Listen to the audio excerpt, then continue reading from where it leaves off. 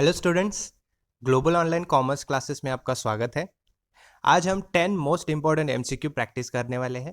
Before starting this lecture, global online university आपके लिए full syllabus mock test लेके आया है। पर टेस्ट आपको 100 एमसीक्यू मिलने वाले हैं।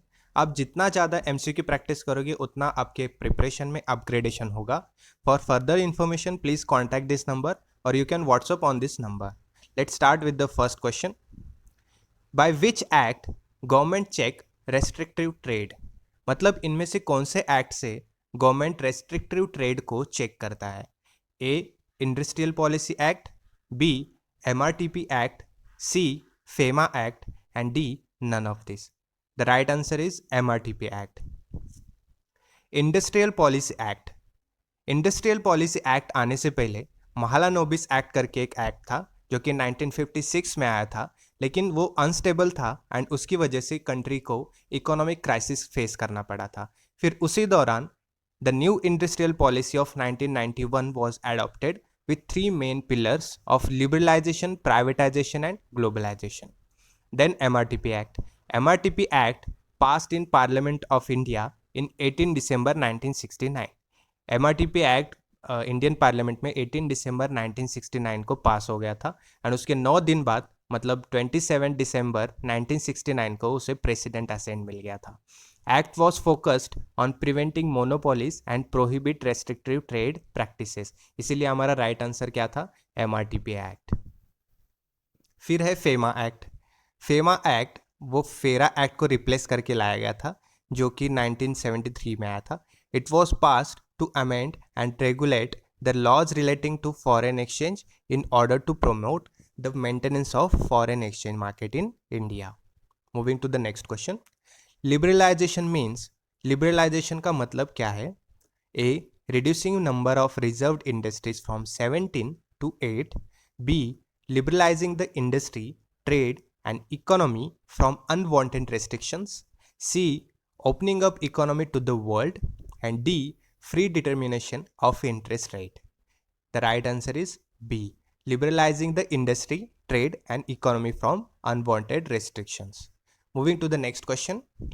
When a company taken over another one and clearly becomes the new owner, the action is called A. Merger, B. Acquisition, C. Strategic alliance या फिर D. None of this. The right answer is acquisition. ये तीनों में से फर्क क्या है? Merger क्या होता है, एक्विजिशन क्या होता है, स्ट्रैटेजिक अलायंस क्या होता है? Let's get discuss. A merger occurs when two separate entities combine forces to create a new joint organisation. मतलब दो कंपनी एक होके एक नया कंपनी शुरू कर देती है, उसे कहते हैं मर्जर। इसका बेस्ट एग्जांपल है Maruti and Suzuki. Maruti Suzuki एक अलग कंपनी है, या फिर हीरो होंडा। हीरो अलग है, होंडा अलग है, दोनों मिलके एक कंपनी है, हीरो होंडा। फिर आता है acquisition. Acquisition refers to the take over of one entity by another. इसका बहुत बड़ा एग्जांपल है जब टाटा कंपनी ने फोर्ड के दो बिग इंडस्ट्रीज जो कि जैगवार एंड लैंड रोवर को एक्वायर किया था, उसे कहते हैं एक्विजिशन। फिर आता है स्ट्रैटेजिक अलायंस। ये बहुत ईजी है। जब दो कंपनी एक पर्पस के लिए, एक बेनिफिट के लिए टेम्पररी बेसिस पे एक हो जाते हैं, उसे कहते हैं strategic alliance. The strategic alliance is an arrangement between two companies to undertake a mutually beneficial project while each retains its independence. मतलब वो दोनों का इंडिपेंडेंस नहीं खोता। Next question. Relaxing the restriction and controls imposed on business and industry means A. liberalization, B. privatization, C. globalization या फिर D. none of this. The right answer is liberalization. अभी थोड़ी देर पहले हमने पढ़ा था कि new industrial policy 1991 it come up with the three pillars, that is liberalization, privatization and globalization. What does it mean? The basic aim of liberalization was to put an end to those restrictions which became hindrance in development and growth of nation. मतलब liberalisation वो है जो trade restrictions को कम कर देती है और nation की ग्रोथ में बढ़ावा दे देती है, उसे कहते हैं लिबरलाइजेशन।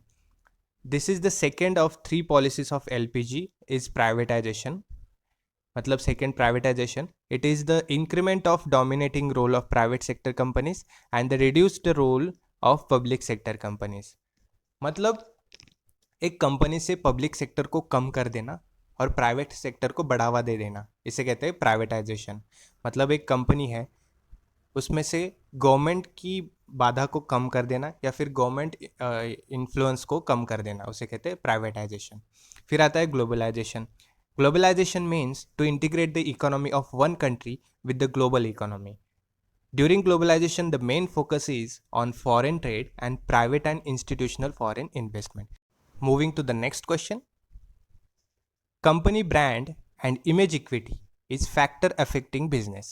मतलब इनमें से कौन सा है जो brand and image of company factor affect करता है? A externally, B internally, C government policy या फिर D none of this. The right answer is externally. Let's move to the next question. Which among the following is not open for private sector participation? मतलब इनमें से कौन सा है जो public sector छोड़ के प्राइवेट में नहीं जा सकता? Power sector, telecommunication, education and railways. Power sector जो है वो प्राइवेटाइजेशन में जा सकता है.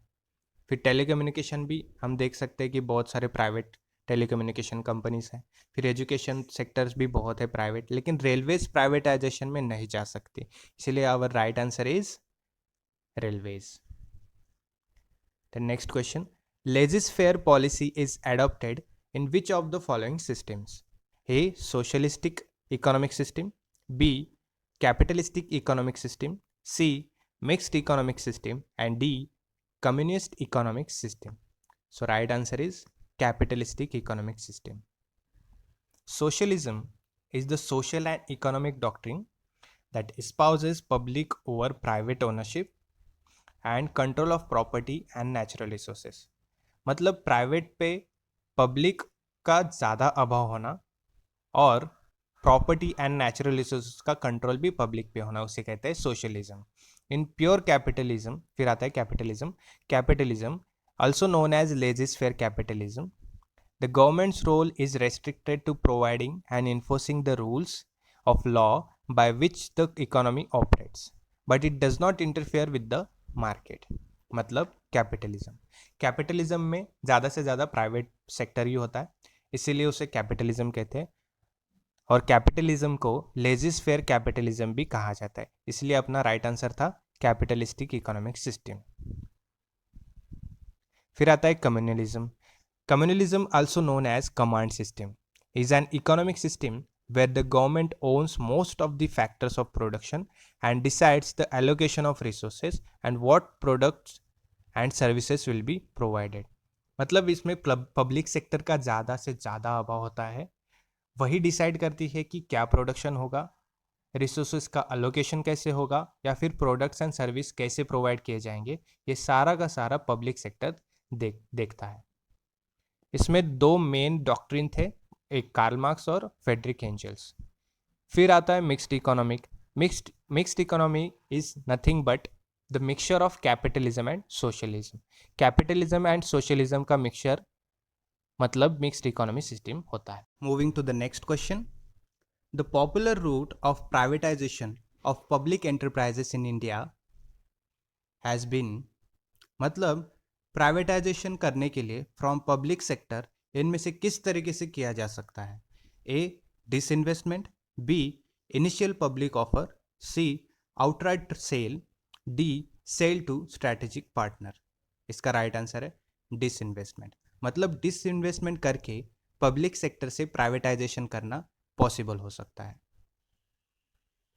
Which among the following is not a correct answer? A industrial policy 1977, B industrial policy 1948, C industrial policy 1991 and D industrial policy 1980. इसका right answer है C industrial policy 1991. Last question. Which among the following is Maharatna industry in India? This is very important question. Maharatna industry? A. CIL, that is Coal India Limited. B. CAIL, that is Steel Authority of India Limited. C, that is OIL, Oil India Limited. And D, GAIL, Gas Authority of India Limited. The right answer is oil. Maharatna industry क्या होता है? जो company जिसका net worth या फिर एक PSU जो कि पब्लिक सेक्टर अंडरटेकिंग होता है, उसका नेटवर्थ 15,000 करोड़ होना चाहिए, या फिर average net profit must be 5,000 crore, उसका average turnover should be ₹25,000 crore, और it should be a Navratna company. उसे कहा जाता है Maharatna industry. Thank you for today's session. Have a good day.